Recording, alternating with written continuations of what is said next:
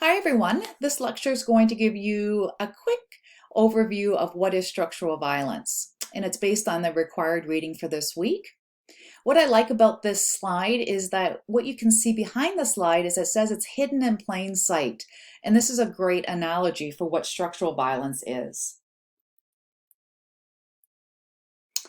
Paul Farmer talks about the desocialization of scientific inquiry or inquiry. What does that mean? So what he's saying here is that we know from last week's lecture, we talked about modern medicine and that when it thinks about disease or the basis for disease, it's based on pathophysiology, biochemistry, and as Paul Farmer says here, is the molecular basis of disease.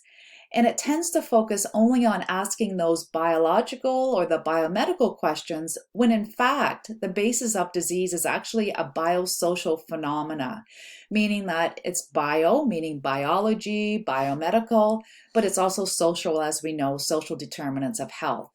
And what he says is that what's happened in our medical world is that we've desocialized or taken the social determinants of health out of scientific inquiry.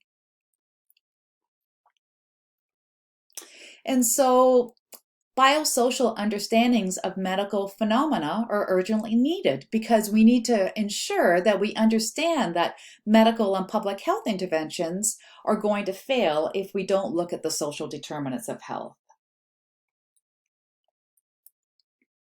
Primary healthcare does this, as we know this.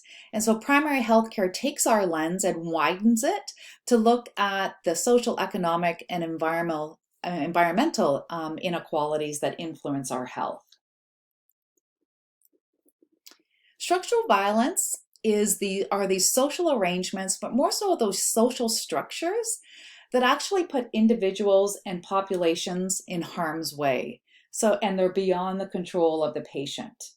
And so these social structures are like economic structures, political structures, legal, religious, cultural structures that stop individuals or groups or society from reaching their full potential. And they're structural because they're embedded in our social world, embedded in the political and economic organizations.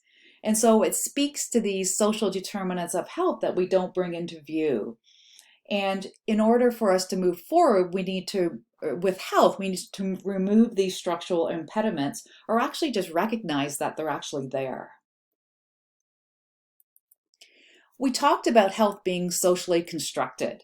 And so your understanding of perceptions of health as social constructs should identify that an individual's interpretation of health is largely influenced by their socioeconomic status, their social cultural status, and their environment. And so that's important for your perception of health to be a lot broader. And if we look at the health gradient, we can see that the more social structures or impediments that people have in their life, the harder it is to have good health. So this is a great analogy of someone pushing this ball of health up a ramp, and you can see all the different socioeconomic, social determinants of health, structural things that are in society that may prevent or this individual may have poor health or inequities in health. So this is the health gradient. The violence is that these structural forces can cause injury, but more so stop individuals from reaching their full potential or being unable to meet their needs. He also talks about this concept of social determinants of disease.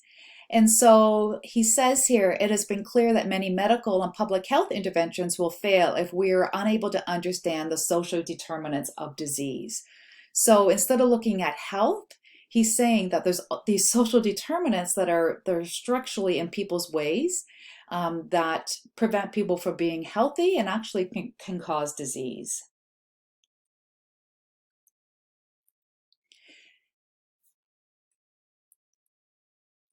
And so looking again at structural violence, what are some examples of structural violence?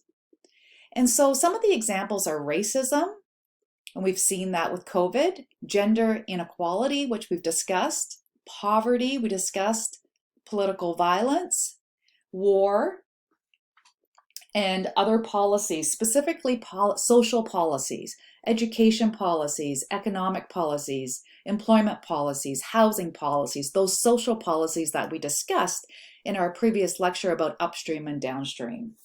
So I'm going to stop here and we're going to come back and we're going to discuss the Partners in Health model.